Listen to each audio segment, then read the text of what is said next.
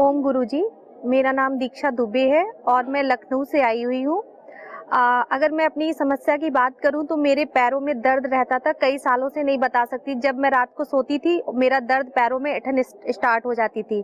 तो डॉक्टर को दिखाया तो बताया कि डेली रूटीन आपका बहुत खराब है, आपको एनीमिया है, विटामिन्स की कमी है। तो मिनरल्स, विटामिन्स, ये सारी दवाइयाँ ली तो 2-4 दिन लगता था रिलीफ है। देन फिर जैसी नींद आती थी पैरों की मसल्स में पेन स्टार्ट हो जाता था। बहुत परेशान रहते, जिसकी वजह से मैं पूरी रात सो नहीं पाती थी।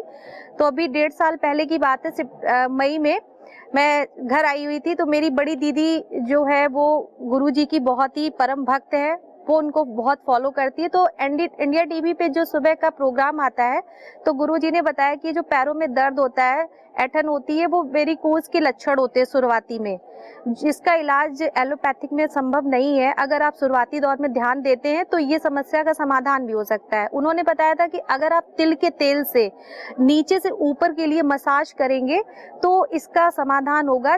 ऐसा जब उन्होंने मुझे बताया कि ये करके देखो, तो उस टाइम छुट्टियों में आई थी 1-1.5-2 महीने की। तो मालिश हुई हमारे पैरों की, तो 7 गुच्छे भी पड़े थे, छोटे छोटे बॉल जैसे।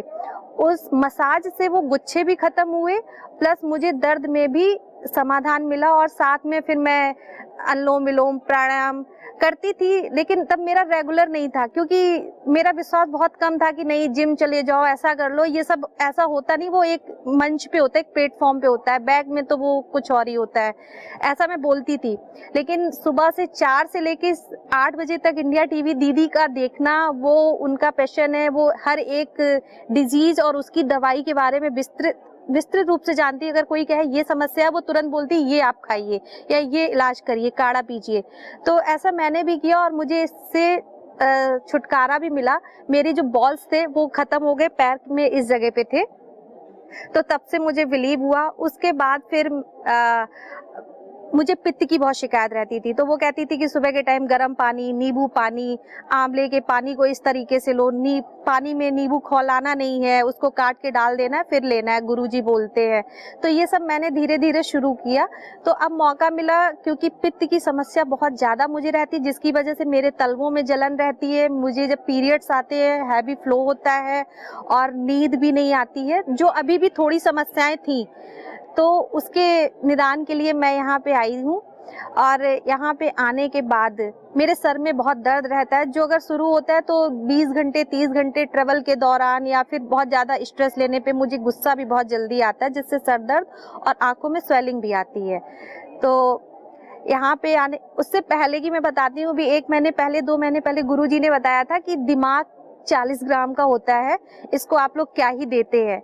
सुबह के टाइम घी खाना दिमाग के लिए बहुत हेल्दी होता है। 1 चम्मच खाली पेट अगर घी खाएंगे तो वो सीधे ब्रेन को मिलता है।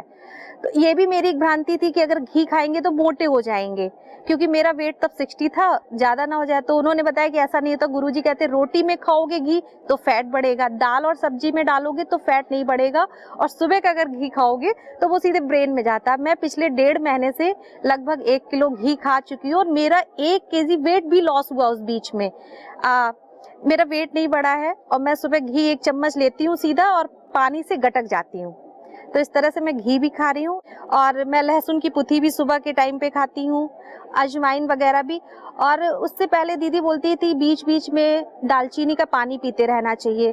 तो इस तरीके से पानी को मैं चेंज करती रहती हूँ। कुछ दिन नींबू पानी ले लिया, कुछ दिन अजवाइन पानी लिया, कभी कभी पानी में दालचीनी डाल दी, खौला दिया और इसको पी लिया। तो टेस्ट भी चेंज होता रहता है। यहाँ आने का एक्चुअली मेरी मम्मी का एंजियोग्राफी हुआ था लास्ट ईयर, तो उनका एक स्टंट भी पड़ा था।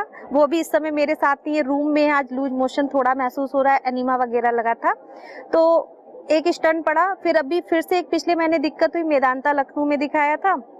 डॉक्टर ने बोला कि फिर से एंजियोग्राफी होगी और शायद हो सकता है कि वही एक ब्लॉकेज की फिर से समस्या आ रही हो। तो ये हुआ कि नहीं, अब तो इधर ही जाके दिखाना है। तो मम्मी का भी ट्रीटमेंट चल रहा है, उनको भी काफ़ी फ़ायदे हैं और मैं अपना पूरा दिखा रही हूँ, तो मुझे काफ़ी फ़ायदा है। अगर मैं यहाँ आने की बात करूँ तो 3 दिन तक मेरे लिए बहुत मुश्किल था। मुझे लगा कि मैं बीमार होके जाऊँगी, कि जो जूस और काढ़ा पीने में मुझे समस्या नहीं थी, लेकिन जो खाना देख रही थी उसको मैंने नहीं खाया 3 दिन तक। शाम मैं भूखी रही, सिर्फ पानी पी के और जो पेयजल दिए जा रहे थे वही पी रही थी, या फिर एप्पल मुझे मिला, पेयर मुझे मिला, वो मैंने खाया। और पर 6 तारीख को सुबह मेरा ब्लड टेस्ट था, तो मुझे पित्त बनना शुरू हुआ और मुझे 1.5 से 2 ग्लास पित्त सुबह 6 बजे वॉमिटिंग में निकला। उसके बाद मुझे चक्कर आया और मैं बेहोश भी हुई। देन ब्लड टेस्ट कराने के बाद मैं ओपीडी गई, मैंने डॉक्टर को बताया, उन्होंने कहा कोई बात नहीं, पित्त निकला कितना, मैंने बोला 1.5 से 2 ग्लास, बोले ठीक है। लेकिन परसों से और अभी तक मुझे पित्त की बिल्कुल समस्या नहीं है और बहुत ही हल्का फील हो रहा है। और अगर अब खाने की बात करूं तो आज की जो क्लास हुई थी तो गुरुजी ने उसमें जब खाने की बात की कि एक हेल्दी खाना आपको नॉर्मल दे सकते हैं, बहुत ही सस्ता रहेगा, लेकिन क्या जरूरत है कि वही सुबह सेब हम आपको सेब देते हैं, शाम को वही या दोपहर में हम बॉइल करके देते हैं, तो वो कहीं ना कहीं वो टेस्ट नहीं है, वो औषधि है। तो आज फर्स्ट डे है कि मैंने सुबह से लेके और शाम तक का पूरा डाइट लिया है और उसको मैंने खाया है। तो काफ़ी अच्छा फील हो रहा है। और मेरी सर में भी दर्द, पित्त की वजह से मुझे काफ़ी समस्याएं थी, सर दर्द, हेडेक, जो कि हेडेक निकला, आंखों में स्वेलिंग रहती। मैं एक फ़ोटो भी दिखाऊंगी, मेरे 2 महीने पहले 29 अगस्त को मेरे आंखों में रेड हो गया था, तो डॉक्टर को दिखाया तो उन्होंने बोला स्ट्रेस होने की वजह से जो सेल्स होती है वो फट गई हैं। तो मेदांता ये मेरे घर के पास में, मैं वहाँ दिखाने गई, उन्होंने कहा नेक्स्ट टाइम आइएगा, अगर कुछ होगा तो इंटरनली चेकअप आपके होंगे।